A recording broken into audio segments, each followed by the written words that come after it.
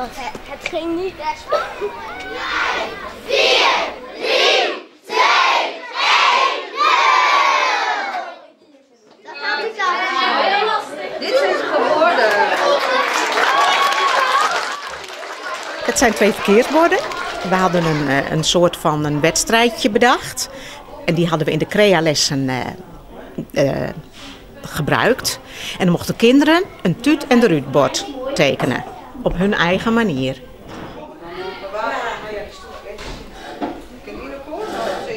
De ruimte bij school die is een beetje veranderd. De parkeerplaatsen zijn anders geworden en de ruimte wordt anders gebruikt. We noemen dat gedeelde ruimte.